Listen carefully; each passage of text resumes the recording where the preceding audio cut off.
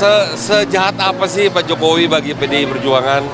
Maka kita mesti belajar bahwa presiden itu kalau sudah terpilih jangan diintervensi, jangan diganggu dari belakang, jangan punya agenda lain di belakang layar. Ini kan yang sebenarnya menciptakan Pak Jokowi melakukan semacam rebellion terhadap situasi. Jadi orang kuat Indonesia itu menurut saya dalam sejarah Republik ini cuma dua. Satu Soeharto, dua Jokowi. Jumpa kembali sahabat Garussida. Kali ini kita akan menyimak pernyataan yang sangat menarik dari mantan politikus PDI Perjuangan yaitu Effendy Simbolon, di mana dia menyampaikan bahwa Pak Jokowi punya banyak jasa besar terhadap PDIP. Sehingga dia mempertanyakan mengapa kemudian PDIP sangat membenci Pak Jokowi. Padahal jika kita melihat ke belakang, PDIP mampu menjadi partai penguasa 10 tahun terakhir itu karena efek dari Jokowi. Dan selain itu kita juga akan melihat analisis dari para tokoh terkait keretakan hubungan antara Pak Jokowi dan PDIP, dalam hal ini Ibu Megawati. Nah, seperti apa selengkapnya? Mari kita saksikan bersama-sama berikut ini. Karena saya dianggap bertemu dengan Pak Presiden Joko Widodo, katanya kong kali kong. Saya sedih ya. Sejahat apa sih Pak Jokowi bagi PDI Perjuangan?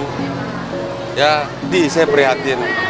Maka saya pesan juga ke Bu Mega bahwa semua juga ada waktunya, Ibu.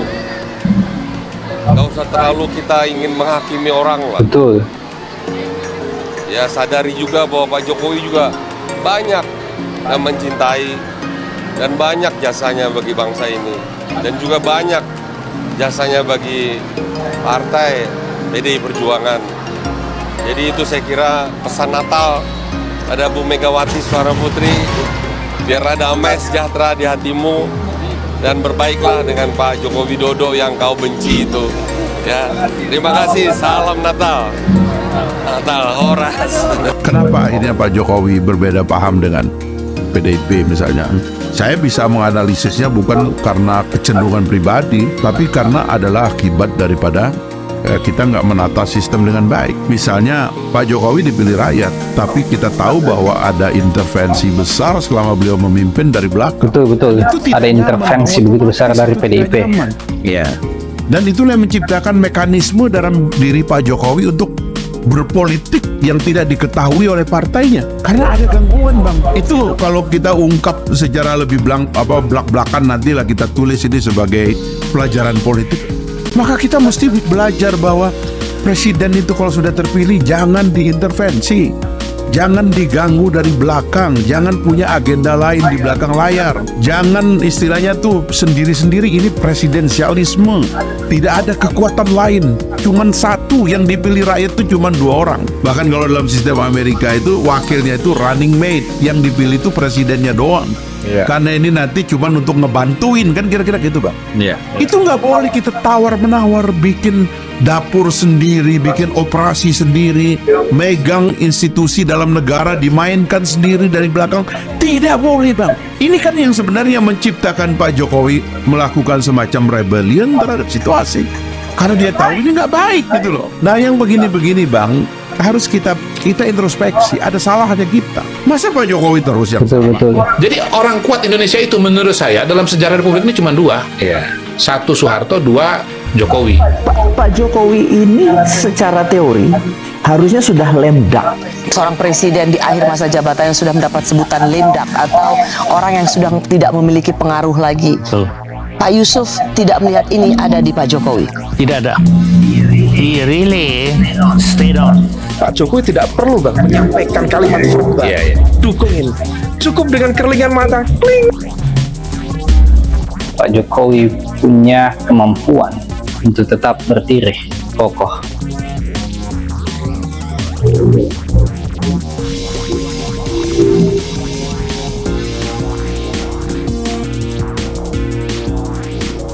Kalau Anda menuduh seseorang yang setelah 10 tahun Anda kenal, seolah-olah dia yang berubah, saya khawatir jangan-jangan kita yang berubah. orang lain tuh punya keinginan lain. Sementara Jokowi nggak berubah, pikirannya tetap. Jadi itu nggak hilang dari Pak Jokowi. 10 tahun dia jadi presiden itu dia nggak hilang. Lebih ke karakter. Sekian tahun dia di gubernur, sekian tahun dia jadi wali kota, itu nggak hilang, Bang. Ya, lebih kepada karakter di dalam dirinya itu, Pak. Persis, Bang. This is where I come from. and this is where I was born.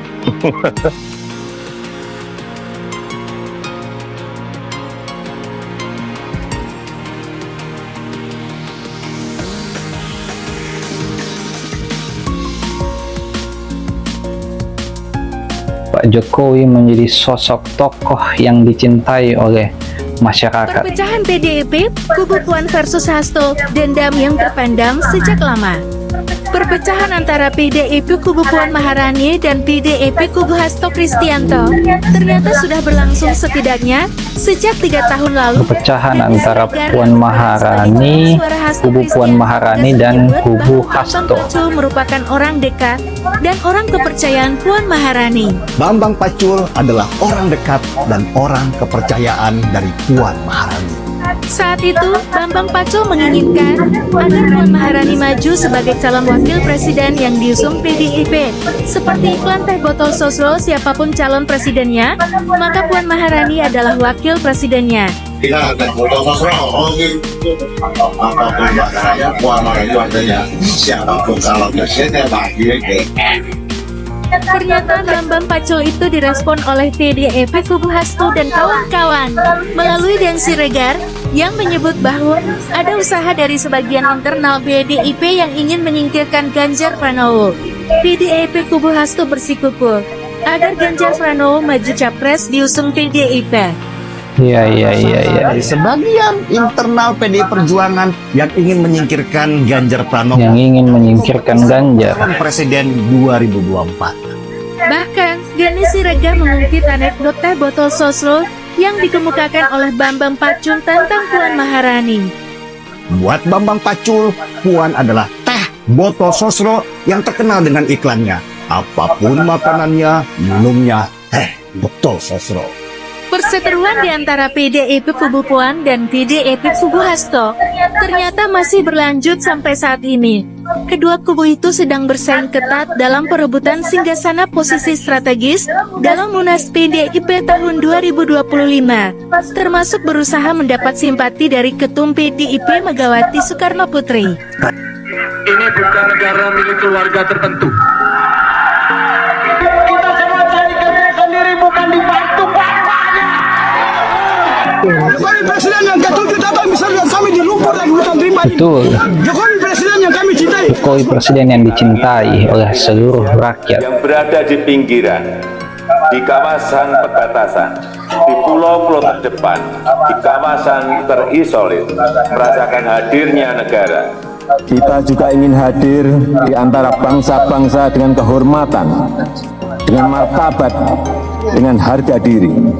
Kita ingin menjadi bangsa yang bisa menyusun peradaban sendiri, bangsa besar yang kreatif, yang bisa ikut menyumbangkan keluhuran bagi peradaban global. Kita harus bekerja dengan sekeras-kerasnya untuk mengembalikan Indonesia sebagai negara maritim. Samudra, laut, selat, dan teluk adalah masa depan peradaban kita. Nah, jika kita melihat bagaimana analisis dari para tokoh tersebut dan penyampaian dari Effendi Simbolon, maka bisa ditarik sebuah kesimpulan bahwa Pak Jokowi adalah sosok yang tidak tergantikan oleh siapapun. Pak Jokowi adalah sosok yang sangat dicintai oleh hampir seluruh masyarakat di Indonesia, dan tentu Pak Jokowi selama memimpin 1 dekade telah memberikan banyak kontribusi besar terhadap bangsa ini, terhadap negeri ini. Nah, bagaimana pendapat sahabat Garisida? Jangan lupa like, komen, dan subscribe, serta share jika konten ini menarik. Sampai jumpa di konten berikutnya.